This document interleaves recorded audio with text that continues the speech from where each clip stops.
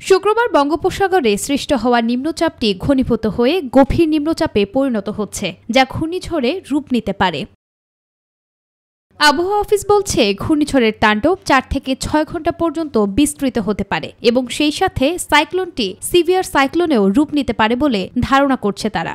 আমাদের দক্ষিণ পশ্চিম বঙ্গোপসাগর এবং এর তৎসংলগ্ন এলাকায় একটা লঘুচাপ সৃষ্টি হয়েছিল এবং এটা পরবর্তীতে আরও ঘনীভূত হয়ে সুস্পষ্ট লঘুচাপ এবং নিম্নচাপ এবং পরবর্তীতে গতকাল রাতে গভীর নিম্নচাপে পরিণত হয়েছে এবং এখন পর্যন্ত পূর্ব মধ্য বঙ্গোপসাগর এবং তৎসংলগ্ন পশ্চিম মধ্য বঙ্গোপসাগর এলাকায় এই গভীর নিম্নচাপটি অবস্থান করছে এবং এটি আরও উত্তর পূর্ব দিকে অগ্রসর হচ্ছে।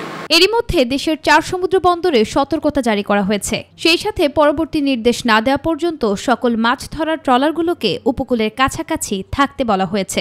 আজকে সকাল ৯টায় চট্টগ্রাম সমুদ্র বন্দর থেকে ৫৬৫ কিলোমিটার দক্ষিণ পশ্চিমে এবং কক্সবাজার সমুদ্র বন্দর থেকে ৪৯৫ কিলোমিটার দক্ষিণ পশ্চিমে, মোংলা সমুদ্র বন্দর থেকে ৫৪০ কিলোমিটার দক্ষিণে এবং পায়রা সমুদ্র বন্দর থেকে ৪৯০ কিলোমিটার দক্ষিণে অবস্থান করছে এবং এটি পরবর্তীতে আরও উত্তর পূর্ব দিকে অগ্রসর হয়ে এবং ঘনীভূত হওয়ার সম্ভাবনা রয়েছে এবং এটি আজকে বিকাল নাগাদ হয়তো সাইক্লোন বা ঘূর্ণিঝড়ের রূপ নিতে পারে।